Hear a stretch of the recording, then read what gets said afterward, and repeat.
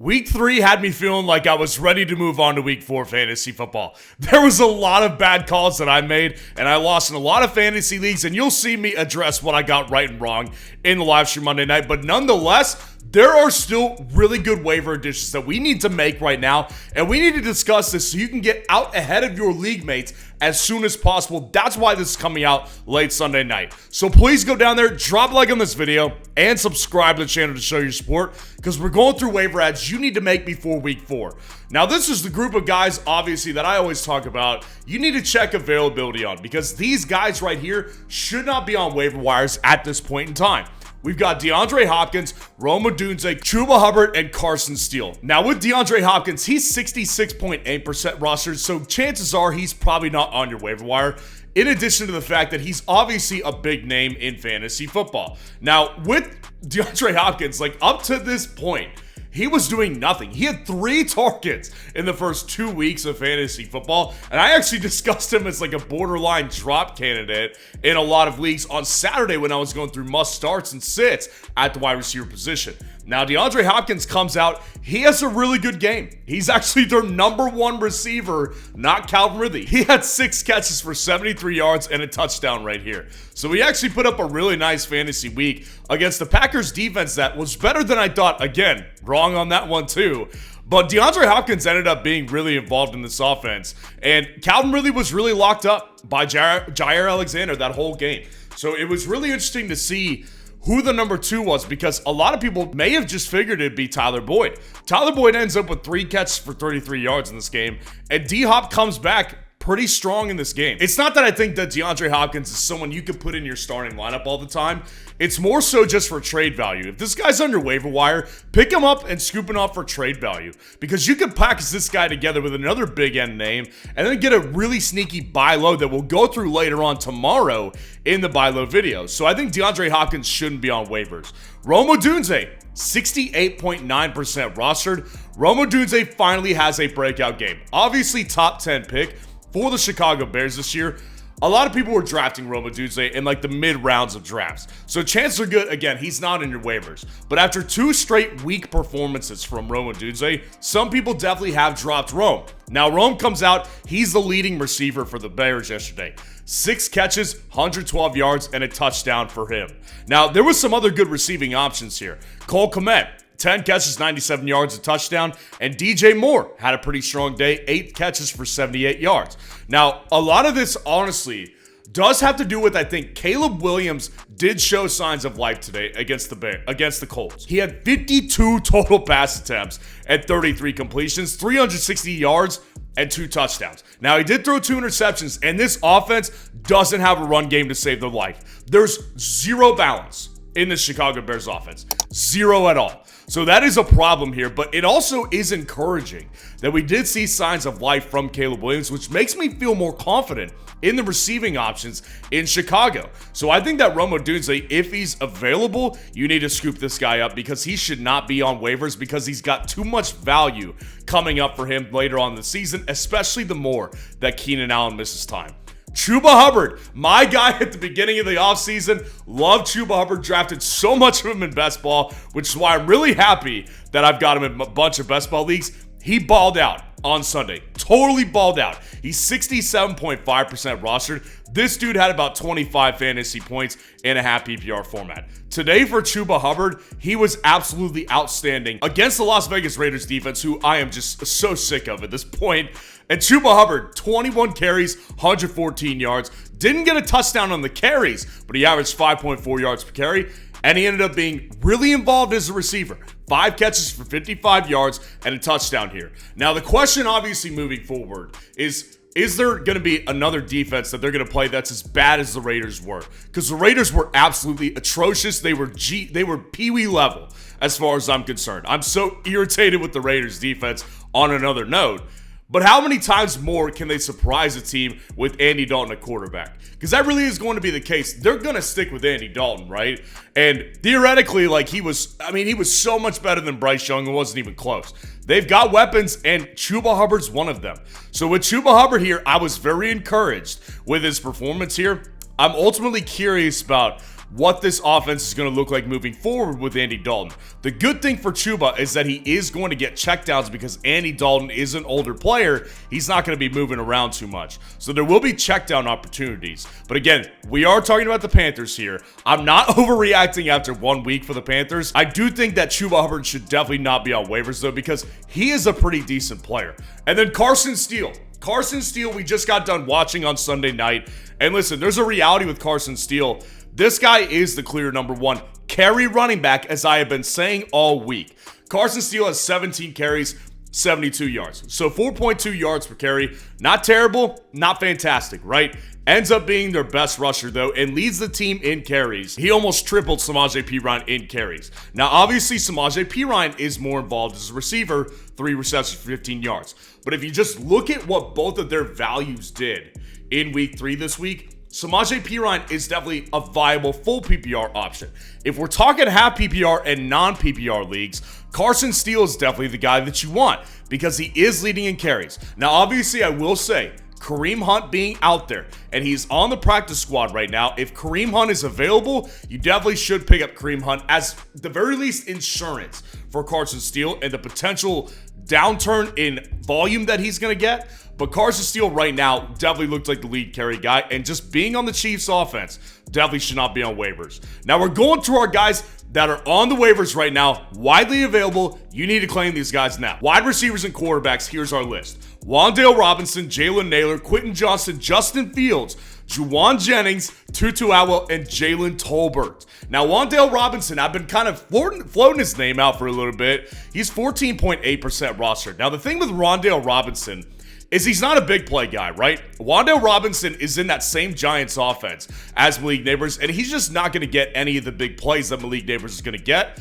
because he's just not nearly as good. And that's okay, because the reality is if Daniel Jones actually plays as well as he did these past 2 weeks for the next several weeks, Wan'Dale Robinson's getting the volume. He had 7 catches for 61 yards on Sunday. And listen, the reality with Wan'Dale Robinson is that in a full PPR league, that's valuable points right there. That's more than 13 fantasy points in a full PPR league.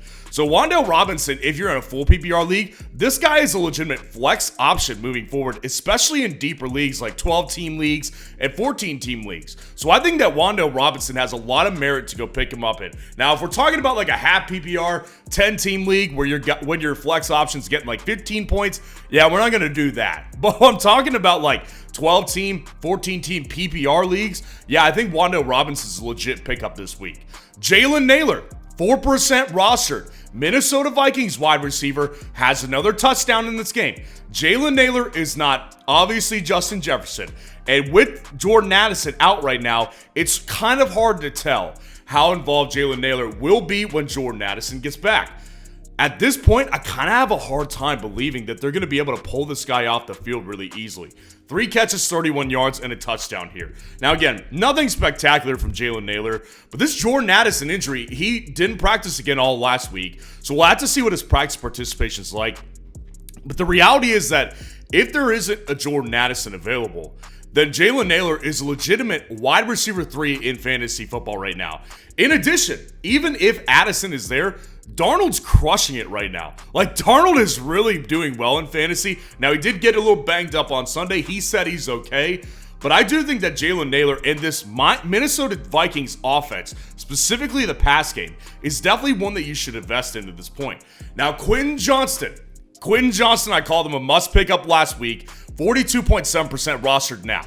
So he obviously took a massive jump up in his roster percentage. He's still under 50% rostered. And it was really interesting, the reaction that I got from a lot of people. That was just a one-time thing. You're crazy for wanting to pick up Quentin Johnston. Listen, I have been well known by many of my followers who have been with me since before I had 2,000 subscribers. I've never been a big Quentin Johnston guy. I was right on him last year, and I've been right so far this year. Quentin Johnston, I always talked about as a guy who, if he does well in fantasy, it's going to take him a little bit longer than most of the wide receivers these days that people are looking for immediate production. Quentin Johnston was never going to give you that. But this is the second straight week where Quentin Johnston has a touchdown, and he does really well again in fantasy football.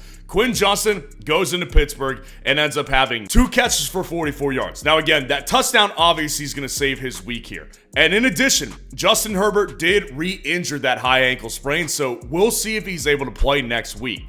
But the reality with Quentin Johnston is he is their official big play threat. Whenever DJ Chark does come back, if he does, it doesn't matter. Quentin Johnston's got this role locked up. So for me personally, with the healthy Justin Herbert, whenever that does happen, if it does happen, if Justin Herbert's out there, Quentin Johnston's going to have a lot better games than he did against the Steelers defense, who did really well against the Chargers again in week 3. I think that Quentin Johnston's going to have several more big play games. And honestly, in 14-team leagues, if you're looking for a big boom game at your flex spot, I actually think at this point, Quentin Johnston can be considered for a flex option. Justin Fields, my gosh, comes out and he's doing really well. Has his first really big game in fantasy football. Did 2 touchdowns total, 1 on the ground, 1 through the air, and just continues to be really accurate. This guy's 24.1% rostered. Now, I was kind of like pumping the brakes on Justin Fields for the first couple weeks because there was 2 things. Number 1, his upside in the offense just really hasn't been that high. That Steelers offense just still is not explosive at all. There's going to be games where they get even less points than they got this week. And number 2, I was really when Russell Wilson comes back, what are they going to do? At this point, 3-0, Justin Fields completing this many passes, the Steelers would be really stupid to pull Justin Fields for Russell Wilson. I don't think they're going to do that. So in my opinion, if you want a quarterback too, I think Justin Fields is actually a relatively safe option. And I also think that obviously he's got the big upside play.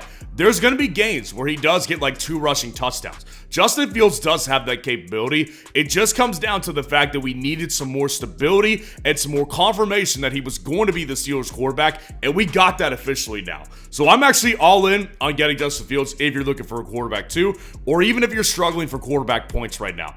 Juwan Jennings, massive game. Absolutely massive game, and he's 36% roster. This guy needs to be picked up. There's a couple factors to this whole thing, right? Juwan Jennings comes out and has a hat trick for the 49ers, ends up losing the game to the Rams, but Juwan Jennings is one of the few lone bright spots. He had 11 catches, 175 yards, and 3 receiving touchdowns. Juwan Jennings was excellent in that game. Number 1 receiver by a mile. There's a couple factors to it. One of the other factors is that Deebo Samuel is still going to miss time. Apparently, he's still not going to be ready for week 4 and maybe not for week 5. And the other part is Brandon Ayuk still looked really bad. A player I called a must start yesterday, Brandon Ayuk is not very good right now in fantasy. He looks really rusty. He doesn't look like he's confident right now. It's a bad situation.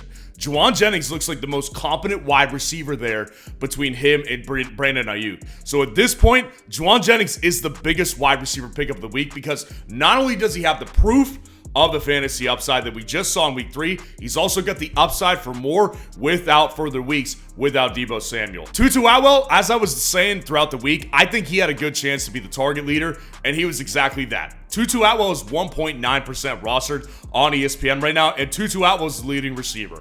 4 catches for 93 yards for the Rams. Demarcus Robinson, 1 catch for 32 yards. Jordan Whittington, 3 catches for 28 yards, and Tyler Johnson, 3 catches for 20 yards. There's a number 1 wide receiver here, and it's Tutu Atwell. The reason is because this guy's a really good route runner. He gets open over the middle of the field. He's giving them possession receiver type of opportunities in the Los Angeles Rams offense that they're missing now from Puka Nacua and from Cooper Kupp. Tutu Atwell should not be on your waiver wire at this point because this is going to continue because he is a target first guy. And then Jalen Tolbert, you got to be ready to pick him up. 6.4% rostered. In my opinion, he kind of separated himself as a Cowboys wide receiver 2 in this game. I watched that full game, Ravens versus Cowboys, and the reality was that Brandon Cooks had opportunities. He had a touchdown opportunity, and he ended up dropping the ball. I think I could see more consistency at this point with Jalen Tolbert at that wide receiver 2 spot for the Dallas Cowboys. Tolbert ends up having 3 catches for 42 yards and a touchdown.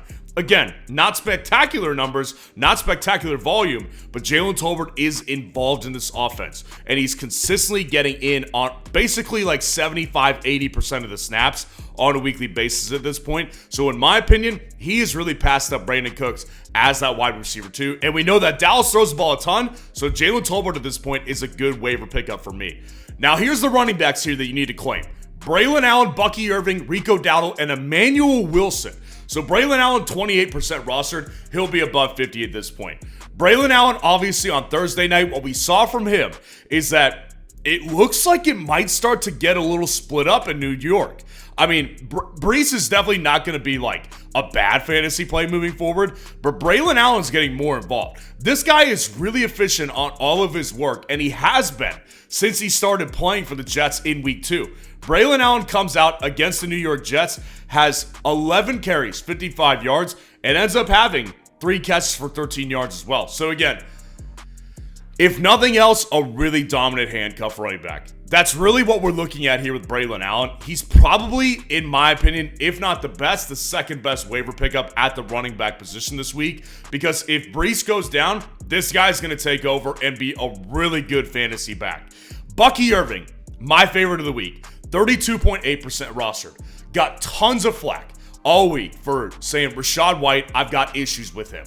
Rachaad White, the problem came true. Rachaad White is inefficient, and if he loses volume, good luck. And he lost volume in week 3. Bucky Irving was once again the best fantasy back for the Tampa Bay Buccaneers. Now, this was a blowout game, so I will say the Broncos beat the brakes off the Tampa Bay Buccaneers. But the reality is Bucky Irving came out 9 carries, 70 yards. Rachaad White, 6 carries, 17 yards. There's a clear answer here as to who the better running back is at this point.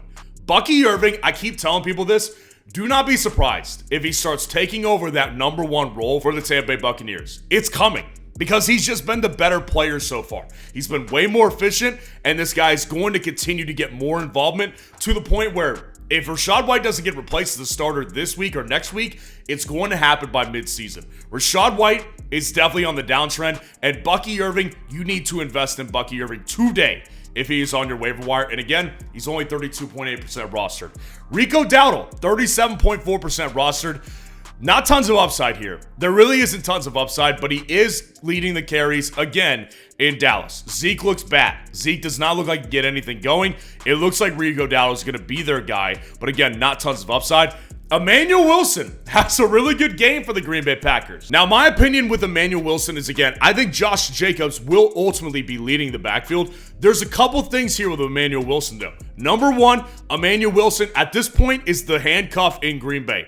There's no more Marshawn Lloyd, it's Emmanuel Wilson. And number 2, he was actually effective doing it. So I do think that there could be possible involvement in the next coming weeks because Green Bay does want to have him involved at some level so they don't wear down Josh Jacobs for the whole season.